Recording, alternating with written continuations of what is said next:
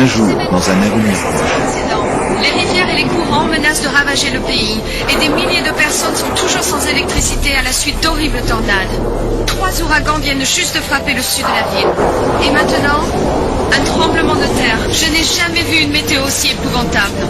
Mettez-vous à l'abri.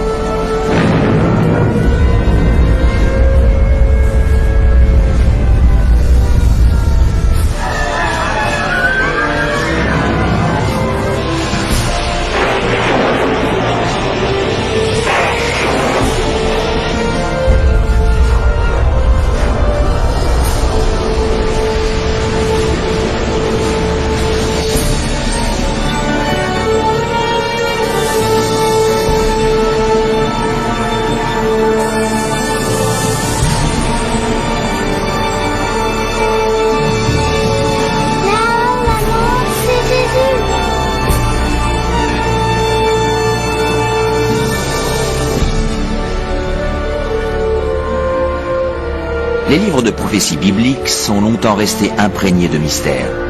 Textes anciens, nombres cryptiques, images symboliques, tous décrivent d'épouvantables événements apocalyptiques proches. Est-il vraiment possible de les comprendre? Qu'est la marque de la bête? Serait-ce, comme certains le prétendent, une puce implantée sous la peau? Quelque chose de plus insidieux? Et l'Antéchrist? Ce sinistre ennemi de Dieu a-t-il déjà fait son apparition? Ou est-il encore à attendre dans l'ombre? La fin du monde sera-t-elle déclenchée par des attaques terroristes? Serons-nous témoins des horreurs d'Armageddon et des 7 dernières plaies? Que faut-il savoir pour ne pas être laissé pour compte lorsque le Seigneur reviendra? Reconnaîtrons-nous les derniers jours et saurons-nous à quoi nous attendre? Vous allez découvrir ce que la Bible dit réellement sur les événements terrestres de la fin des temps. Joignez-vous à moi et découvrons ensemble les faits se cachant derrière la fin du monde dans la prophétie biblique.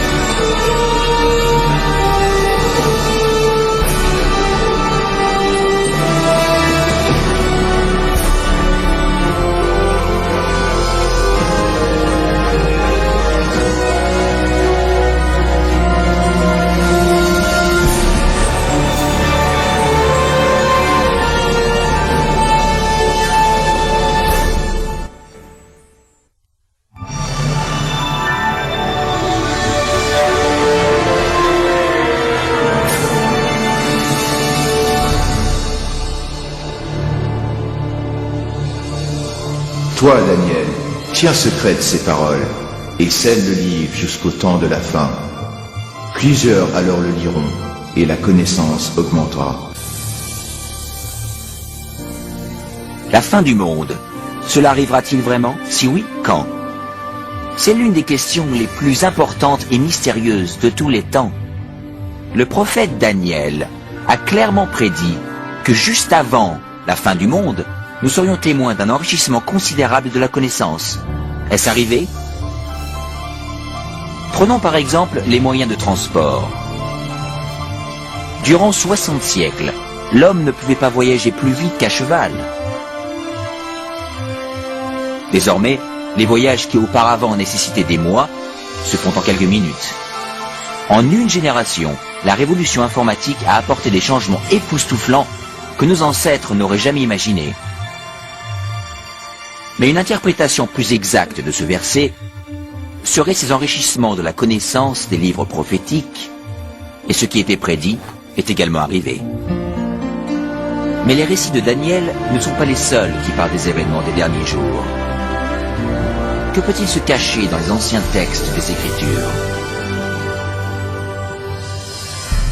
Vous entendrez parler de guerre et de bruit de guerre. Gardez-vous d'être troublés. car il faut que ces choses arrivent. Mais ce ne sera pas encore la fin. Et il y aura, en divers lieux, des famines et des tremblements de terre. Tout cela ne sera que le commencement des douleurs. En regardant autour de nous, force est de constater que les puissances politiques et naturelles ont fait de ce monde moderne un endroit de plus en plus dangereux. Pensez-y. Au cours des 100 dernières années, le monde a dû essuyer 2 guerres mondiales et de nombreux autres conflits majeurs, sans parler de la montée du terrorisme international. À ajouter à cela l'augmentation de catastrophes naturelles mortelles, tremblements de terre, incendies, inondations, tempêtes et dérèglements climatiques. Tout cela ravageant notre planète.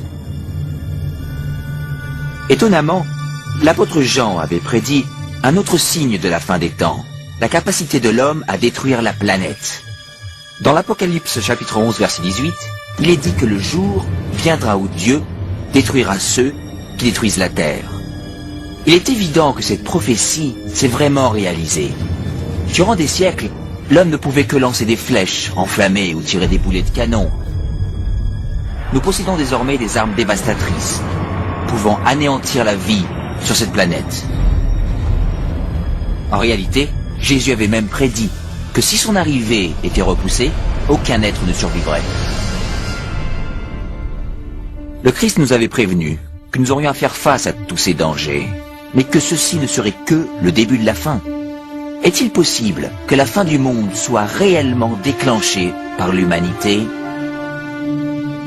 Sache que dans les derniers jours, il y aura des temps difficiles, car les hommes seront égoïstes, amis de l'argent, fanfarons, hautains, blasphémateurs, rebelles à leurs parents, ingrats, irreligieux, insensibles, déloyaux, calomniateurs, intempérants, cruels, ennemis des gens de bien.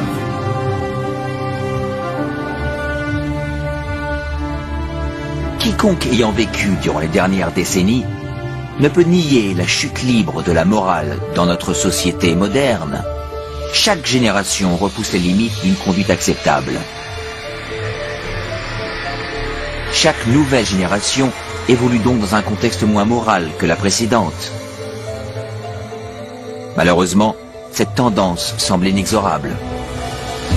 À l'époque de Noé, la décadence conduisait à la destruction avec le déluge. Au temps de Lot, la dépravation perverse de Sodome et Gomorrhe conduisit à la destruction de ces cités par le feu divin. Ce qui arriva du temps de Lot arrivera pareillement. Les hommes mangeaient, buvaient, achetaient, vendaient, plantaient, bâtissaient. Mais le jour où Lot sortit de Sodome, une pluie de feu et de soufre tomba du ciel et les fit tous périr. Il en sera de même le jour où le Fils de l'homme paraîtra.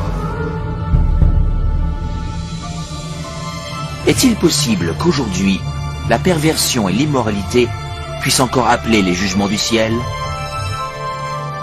En plus du déclin moral de la société, la Bible prévoit également une montée en flèche du spiritualisme et de l'occultisme dans les derniers jours. Mais l'Esprit dit expressément que dans les derniers temps, quelques-uns abandonneront la foi pour s'attacher à des esprits séducteurs et à des doctrines de démons. La communication avec les morts, longtemps interdite par les Écritures, est maintenant largement acceptée, même dans les églises modernes. Les émissions de télé et les films mettant en scène la sorcellerie et les sciences occultes sont extrêmement populaires, surtout chez les jeunes. Malgré cette immoralité et cet étouffant spiritualisme, la Bible nous enseigne que là où le péché abonde, la grâce abonde d'autant plus. La promesse qu'a faite Jésus quant à la propagation mondiale de l'Évangile juste avant son retour offre un espoir profond. Cette bonne nouvelle du royaume sera prêchée dans le monde entier pour servir de témoignage à toutes les nations. Alors viendra la fin. La tâche de répandre l'Évangile aux 4 coins de la terre, qui autrefois paraissait insurmontable, devient vite une réalité. Grâce aux missionnaires, aux livres, aux cassettes, aux émissions satellites et à l'Internet, l'évangélisation s'accélère autour du monde. le message du Sauveur n'a jamais été aussi répandu qu'aujourd'hui. La Bible révèle que nous vivons actuellement les derniers jours de la Terre. L'amélioration de la connaissance, l'instabilité globale, le déclin moral et l'intérêt démesuré pour l'occultisme prouvent que la fin est proche. Les signes de la fin sont bel et bien visibles. Mais il y a plus. La Bible annonce aussi que ce sont ces forces opposées du bien et du mal qui conduiront le monde à la bataille finale d'Armageddon. Bientôt, une crise mondiale encore inconnue plongera la planète entière dans les événements les plus terribles jamais vus encore. Car alors la détresse sera si grande qu'il n'y en a point eu de pareil depuis le commencement du monde jusqu'à présent, et qu'il n'y en aura jamais. Quelle catastrophe déclenchera cette crise? Et quand aura-t-elle lieu? Se peut-il que ce soit un acte terroriste dévastateur? Un crash économique? Ou même un tremblement de terre, un astéroïde ou autre cataclysme? Une catastrophe chimique ou un fléau biologique mortel? Peut-être un mélange de tous ces désastres. Mais même si la Bible ne révèle pas l'événement précis, elle annonce les scènes dramatiques qui y succéderont.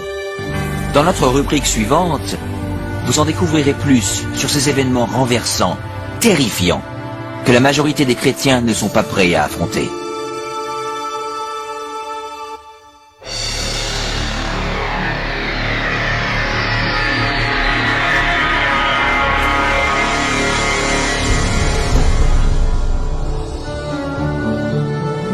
Alors que la fin du monde approche, les leaders mondiaux se battent contre les multiples catastrophes. Pendant ce temps, les chrétiens fidèles à Dieu font l'expérience d'un merveilleux élan d'énergie venant du Saint-Esprit. Après cela, je vis descendre du ciel un autre ange, qui avait une grande autorité, et la terre fut éclairée de sa gloire. Ce grand pouvoir qui illumine le peuple de Dieu, c'est le Saint-Esprit. Avec une sainte audace, il témoigne pour Dieu, implorant les églises pour qu'elles se réforment et appelant les égarés à venir vers le Christ. Il respecte la parole de Dieu et encourage le monde à se repentir et à obéir au commandement divin. Une atmosphère de renouveau se répand sur la planète et il appelle tous les pasteurs et les membres de l'Église à sauver les âmes. Alors que l'œuvre du Saint-Esprit augmente, et les manifestations occultes s'intensifient, des démons trompeurs apparaissent par milliers en se faisant passer pour des êtres aimés, décédés ou des saints du passé. Ils parlent de paix et d'espérance en présentant des doctrines pleines d'erreurs subtiles et dangereuses. La Bible nous prévient. Car ce sont des esprits de démons qui font des prodiges. Comme on le suppose, ces manifestations ont une grande influence, et très peu se prononcent contre elles. Jusqu'ici, les familles et les églises sont restées inefficaces dans leur tentative d'enrayer cette vague de malfaisance mondiale. Au cœur de cette agitation politique, morale ainsi qu'environnementale, les hommes cherchent le moyen de bloquer cette immoralité grandissante que nous avons aujourd'hui. Poussés par les électeurs, les leaders religieux et politiques mettent en place des mesures légales plus fortes pour restaurer les principes divins et la paix. Sous cette pression, le gouvernement vote des lois allant à l'encontre des principes de Dieu.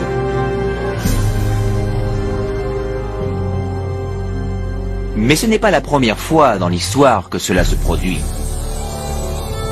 Rappelez-vous l'histoire de Daniel, chapitre 3, lorsque le roi babylonien Nabuchodonosor ordonna à tout son royaume de se prosterner et d'idolâtrer l'imposante statue qu'il avait faite sculpter. 3 jeunes Hébreux savaient que cet ordre était contraire au 2e commandement concernant l'idolâtrie.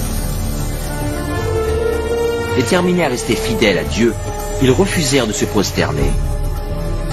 Le roi les fit jeter au bûcher. Mais Dieu intervint miraculeusement et leur sauva la vie. Et il y a également l'histoire de Daniel dans la fosse aux lions, lorsque le roi de Perse proclama une loi interdisant de vénérer tout autre dieu que lui-même durant 30 jours. Daniel savait qu'en obéissant à cette loi, il devait violer le premier commandement de Dieu. il continue à prier Dieu ouvertement et quotidiennement, mettant sa vie en danger. Les ennemis de Daniel rapportèrent ces faits au roi qui, à contre-cœur, fit jeter son fidèle servant dans la fosse aux lions. Dieu manifesta encore son pouvoir et épargna miraculeusement la vie de Daniel. Et de la même manière, l'Apocalypse prédit qu'une force maléfique poussera les gouvernements à mettre en vigueur des lois indiquant comment l'on est censé adorer Dieu. Elles sembleront promouvoir la moralité. En réalité, elles prépareront le monde à accepter la marque de la bête et l'Antichrist. Car il s'élèvera de faux Christ et de faux prophètes. Ils feront de grands prodiges et des miracles, au point de séduire, s'il était possible, même les élus. Alors, dans ces moments de crise, lorsque le monde cherchera désespérément la délivrance et la stabilité mondiale, l'aide apparaîtra sous une forme des plus surprenantes. Partout autour de la planète, on entendra ce cri « Jésus est arrivé, Jésus est revenu ». Un être rayonnant et charismatique se présentera comme le Fils de Dieu. Une nuée de reporters affluera pour voir cet être surnaturel faire des miracles. Ils l'entendront répéter les mots prononcés par Jésus dans les Écritures. Cet événement sera retransmis via satellite et des millions de gens croiront, à tort, que cette apparition confirme les Écritures. Il sera vu de tous. Beaucoup de religions attendent la venue imminente d'un sauveur, et cet être radieux paraît être la réponse à toutes leurs prières. Mais dans le deuxième épître Corinthiens, la Bible met en garde contre Satan sous l'apparence d'un ange de lumière. Ce n'est pas Jésus que les hommes accueillent à bras ouverts, mais Satan, se faisant passer pour le Fils de Dieu. Et ce faisant, le diable est ainsi capable de réunir les hommes et de renforcer ainsi son système de culte trompeur. Il réalise alors la plus grande imposture jamais commise envers la race humaine.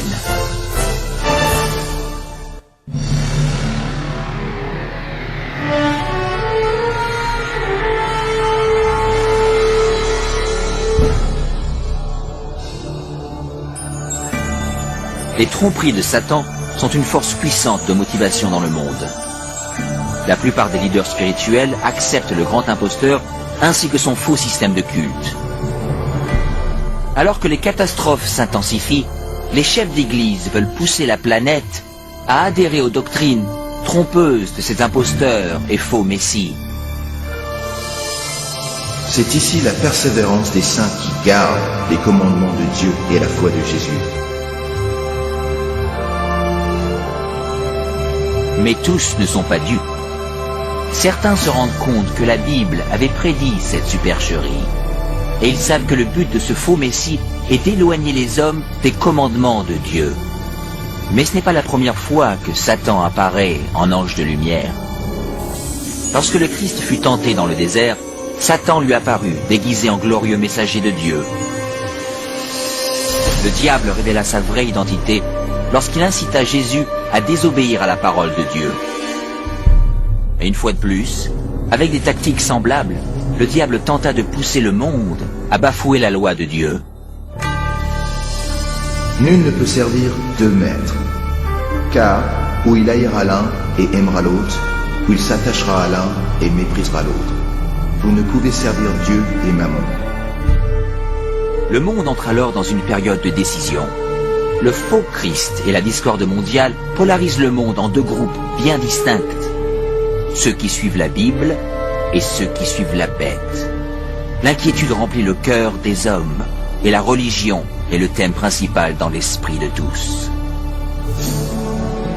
Dans les interviews à la télé et à la radio, ainsi que dans les débats, les vrais disciples de Dieu sont portés devant les leaders mondiaux où ils fournissent les raisons bibliques de leur opposition au faux système de culte imposé aux masses. Les commandements de Dieu et ce qui constitue le vrai culte sont au centre de toutes les discussions. Motivés par le Saint-Esprit et par les arguments bibliques des serviteurs de Dieu, des milliers de gens à travers le monde quittent leurs églises sans vie et prennent position aux côtés des vrais disciples de Jésus. La question, doit-on obéir à Dieu ou à l'homme? Obéir aux coutumes ou aux Écritures? polarise le monde entier en deux blocs opposés. D'un côté, ceux qui reçoivent le sceau de Dieu, et de l'autre, ceux qui reçoivent la marque de la bête. Que celui qui est injuste soit encore injuste, que celui qui est souillé se souille encore, et que le juste pratique encore la justice, et que celui qui est saint se sanctifie encore. Ce texte annonce clairement le prochain événement lorsque chaque homme, femme et enfant prendra sa décision d'être pour ou contre le Christ. Et les fidèles, ceux qui respectent la parole de Dieu, seront de son côté, malgré une opposition intense. Et d'un autre, ceux qui acceptent les traditions religieuses imposées par l'homme. Comme la porte de l'arche de Noé fut scellée avant le déluge, celle de la miséricorde est ainsi fermée au monde, et la grâce de Dieu n'est plus accessible. La deuxième venue du Christ est imminente. Mais tout d'abord, le monde doit subir la série de plaies la plus dévastatrice jamais endurée par l'humanité. Et j'entendis une voix forte qui venait du temple, et qui disait aux 7 anges, « Allez, et versez sur la terre les 7 coupes de la colère de Dieu. » Le premier alla, et il versa sa coupe sur la terre, et un ulcère malin et douloureux frappa les hommes qui avaient la marque de la bête, et qui adoraient son image. Tout espoir d'amélioration est détruit lorsque les 7 dernières plaies de l'Apocalypse s'abattent finalement sur notre planète. C'est le fléau le plus abominable jamais vu par l'homme, et c'est aussi le dernier. La première plaie est extrêmement douloureuse et effroyable, et cause une atroce souffrance pour les égarés. 6 autres suivent rapidement. L'eau des mers et des rivières se change en sang. Le soleil reçoit le pouvoir de brûler les hommes. Plaie après plaie se suivent. La terreur règne sur les peuples de la terre, frappés de panique. Pendant ce temps, une partie des rescapés trouve refuge à l'écart, où ils sont protégés et soutenus par les anges de Dieu. D'autres sont jetés dans des prisons. Alors qu'ils semblent oubliés par l'homme, ils ne sont pas oubliés par Dieu. Les fidèles sont protégés des plaies, comme les enfants d'Israël furent préservés du fléau qui s'abattit sur l'Égypte. Les fidèles traversent alors une terrible période de quête spirituelle. Leur seule pensée devient « Sommes-nous dans les pas de Dieu ?» Ils trouvent la tranquillité en faisant confiance aux promesses de Dieu. Et le dragon fut irrité contre la femme, et il s'en alla faire la guerre au reste de sa postérité, à ceux qui gardent les commandements de Dieu et qui ont le témoignage de Jésus. Convaincus par le faux Christ, les misérables égarés pensent que leur seul espoir de se débarrasser de ce fléau est d'éliminer leurs opposants. On décide donc de rechercher et d'exterminer en une journée le peuple de Dieu qui se raccroche aux Écritures. Sur le champ de bataille spirituel, ceux qui suivent les traditions de l'homme et adorent la bête affrontent ceux qui aiment Jésus et obéissent à ses commandements. Ceci est la dernière bataille d'Armageddon. La malfaisance du monde a atteint les limites de la patience de Dieu, et il est temps pour lui de secourir ses fidèles enfants.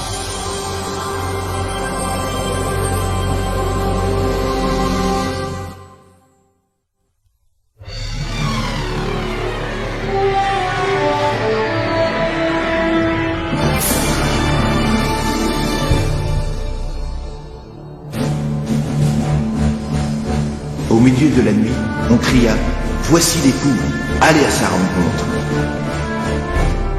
À l'heure la plus obscure, l'espérance tant attendue de tous les temps devient une réalité. La voix autoritaire de Dieu se fait alors entendre.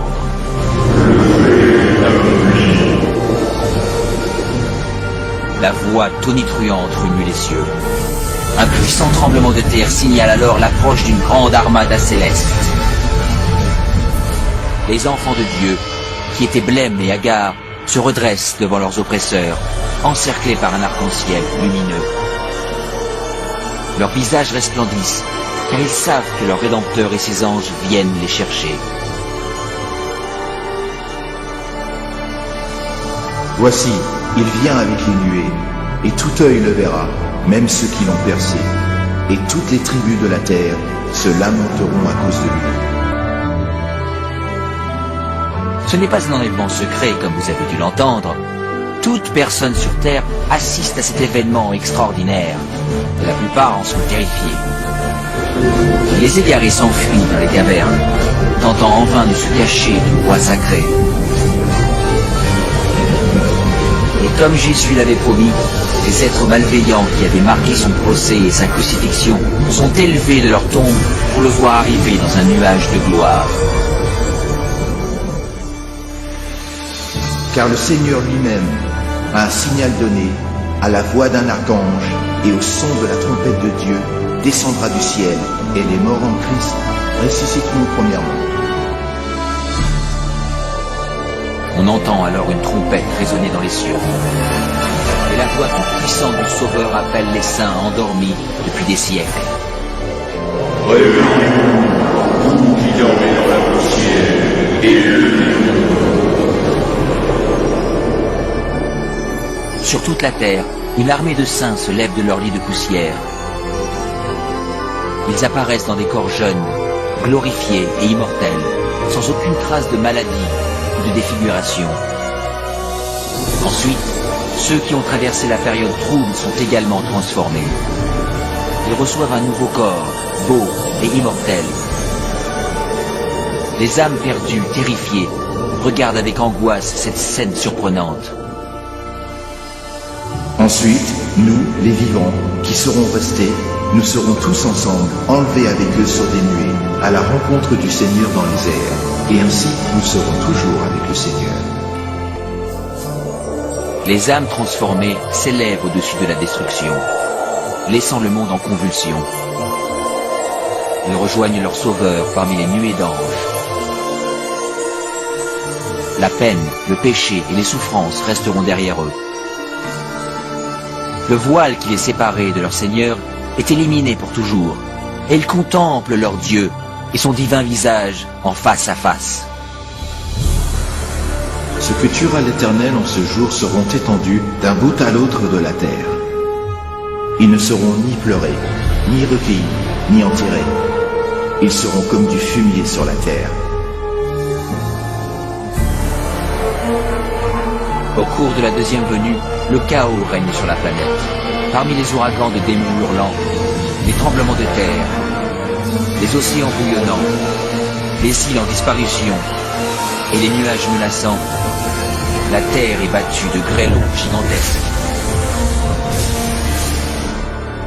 Les âmes perdues encore vivantes sont bientôt détruites par la clarté de la présence du Seigneur. Leurs corps sont éparpillés sur la surface de la planète ravagée. Pour la première fois depuis sa création, la Terre est désormais complètement dépourvue de toute vie humaine. Seul Satan et ses anges déchus demeurent pour contempler les résultats de la rébellion.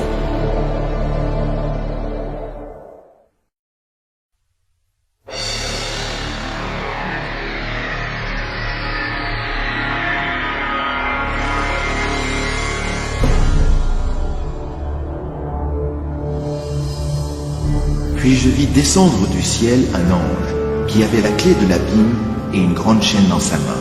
Il saisit Satan et il le lia pour 1000 ans.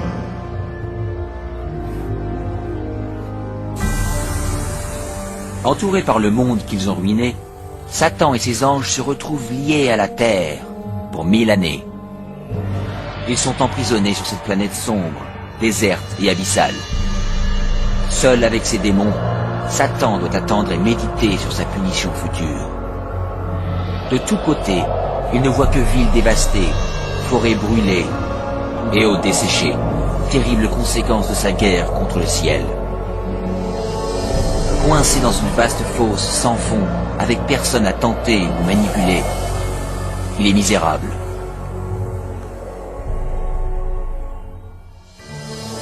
Et je vis des trônes, et à ceux qui s'y assirent fut donné le pouvoir de juger. Ils revinrent à la vie, et ils régnèrent avec Christ pendant 1000 ans. Alors que Satan médite seul sur son sort, les âmes rachetées profitent des gloires indescriptibles du ciel. Chacun rencontre son ange gardien qui répond aux multiples questions concernant sa vie sur terre. Puis Dieu, dans un acte ultime de révélation, les invite tous à participer au jugement des âmes perdues en ouvrant leur dossier. Les rachetés peuvent voir pour quelles raisons ceux qui pensaient retrouver au paradis n'y sont pas. Les pensées les plus secrètes des égarés sont clairement exposées et le voile levé sur leur bataille spirituelle. Les actes et motifs des anges déchus sont clairement visibles. La transparence de Dieu est à ce sujet remarquable. Comme Paul l'annonce dans le premier épître aux Corinthiens, chapitre 6, verset 2, les sauvés participent au jugement des âmes égarées. Avant qu'un seul pécheur soit puni, son dossier est revu par des humains comprenant les difficultés de la vie sur terre. Tous les maux et les faits des âmes perdues sont pesés devant la parole de Dieu. La justice de leur sentence est confirmée et l'ampleur de leur punition déterminée. À la fin des 1000 années, Jésus et les rachetés préparent leur retour sur terre. Satan, ses anges et les âmes perdues doivent faire face aux dernières conséquences de leurs actes. Les humbles hériteront de la terre, mais Dieu doit mettre en œuvre la phase finale de son jugement et purger l'univers des péchés.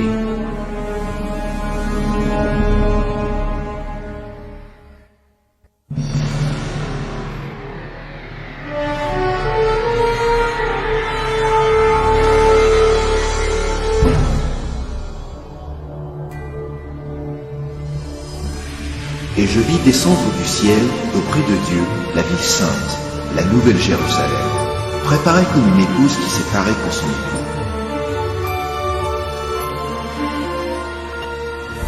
Après ces 1000 années de sabbat au paradis, le Christ et les rachetés retournent sur terre avec la nouvelle Jérusalem. En s'approchant de la planète dévastée, Jésus ordonne aux âmes perdues de sortir de leur tombe poussiéreuse. Entendant ces mots, les laissés pour compte de toute époque et de tout lieu se présentent devant Dieu. Ils sont sauvés en gardant leur corps de mortels. Alors que Jésus descend du ciel, ses pieds touchent le mont des Oliviers. Le mont est anéanti par un immense tremblement de terre qui le transforme en une vaste plaine. La nouvelle Jérusalem, la cité massive de Dieu, descend alors des cieux et ses fondations se posent sur la plaine que Jésus a préparée.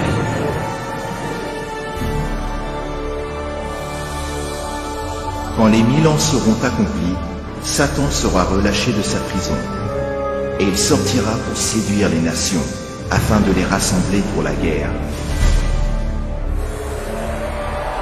Étonnamment, Satan réussit à tromper ses adeptes une dernière fois et les mobilise pour prendre par la force la cité céleste. Les généraux et les militaires se préparent pour cette bataille épique.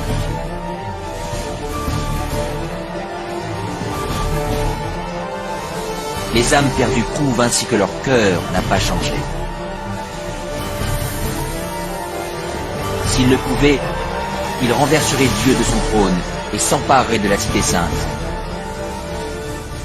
Ils se rendent compte que cette guerre inutile est en réalité perdue d'avance. Le jugement dernier est arrivé.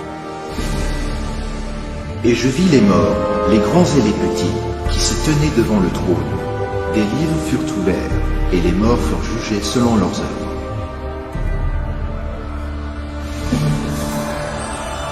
Le Seigneur apparaît alors sur son trône glorieux. Tous les plans de guerre des âmes malveillantes sont stoppés immédiatement. En contemplant le visage de Dieu, les égarés prennent douloureusement conscience de tous les péchés qu'ils ont commis. Ils se rappellent de chaque instant où ils ont tait leur conscience, où ils se sont éloignés des supplications du Saint-Esprit. Certains pensaient avoir caché avec succès leurs péchés de meurtre, crime ou autres vices. Avec honte, ils comprennent à présent les mots de Jésus que l'on trouve dans Luc, chapitre 12.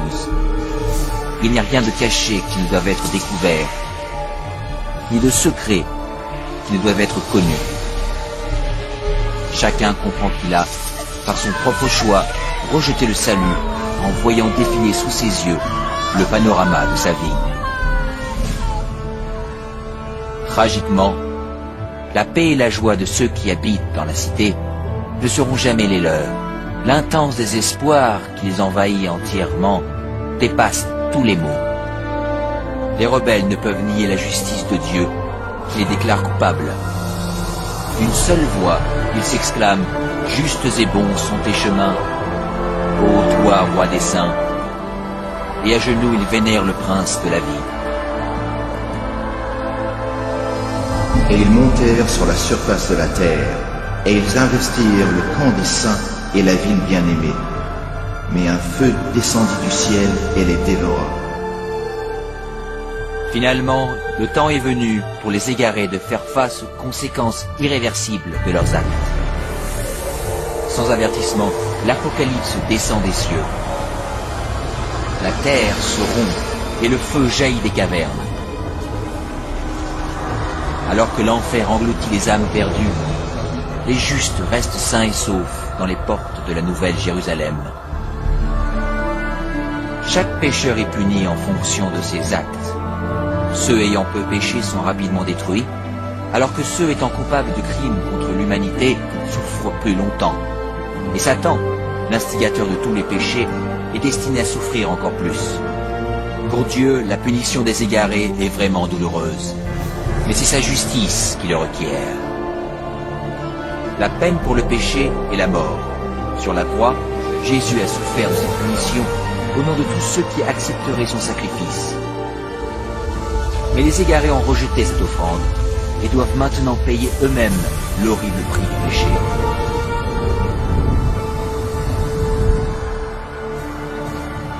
Car voici, le jour vient, ardent comme une fournaise. Tous les hautains et tous les méchants seront comme du chaume. Mais pour vous qui craignez mon nom, car ils seront comme de la cendre sous la plante de vos pieds. Alors que les dernières braises de la punition refroidissent, les citoyens de l'univers élèvent leur voix et prient Dieu pour que le règne de terreur de Satan soit à jamais terminé. La paix de l'univers est en sécurité. Dieu porte désormais son attention sur la création d'un nouvel Éden et d'une nouvelle terre.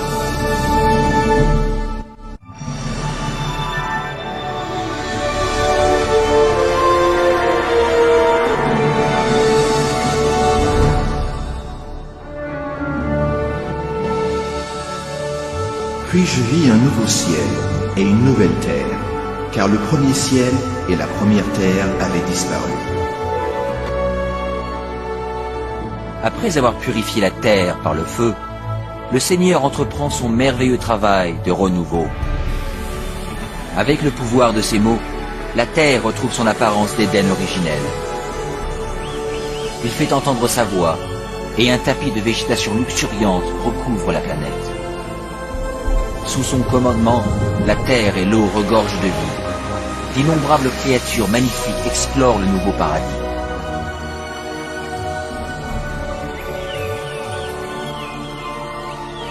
L'atmosphère vivifiante est pure et douce. La terre est le reflet de la création. Il essuiera toute larme de leurs yeux, et la mort ne sera plus, et il n'y aura plus ni deuil, ni cri, ni douleur, car les premières choses ont disparu.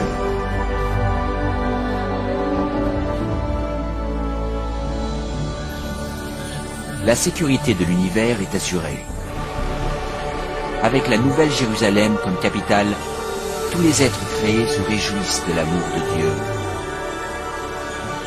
Ceux qui ont été sauvés de la destruction éternelle partagent un lien spécial avec leur Créateur qu'aucun autre être céleste ne peut apprécier. Alors que les péchés et les pécheurs ont été détruits pour toujours, une trace de la grande rébellion demeure. Qu'est-ce que t'as à la main? Ce sont les cicatrices sur les mains, les pieds et le côté de Jésus. Alors que s'écoulent les jours heureux de l'éternité, les souvenirs tristes et douloureux se dissipent dans la gloire et la splendeur des cieux. Les enfants immortels de Dieu peuvent désormais atteindre leurs plus grandes ambitions. La recherche de connaissances illimitées stimule l'esprit. Sans les contraintes d'une vie terrestre, les rachetés sont libres d'explorer les merveilles de l'univers infini de Dieu.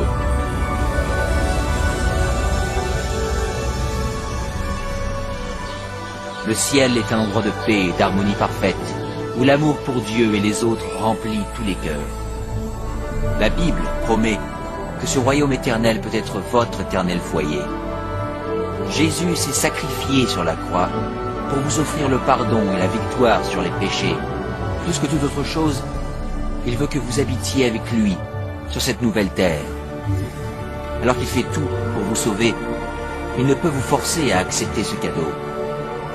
Vous devez l'accepter vous-même. Irez-vous vers lui aujourd'hui? Demandez-lui maintenant et il viendra dans votre cœur.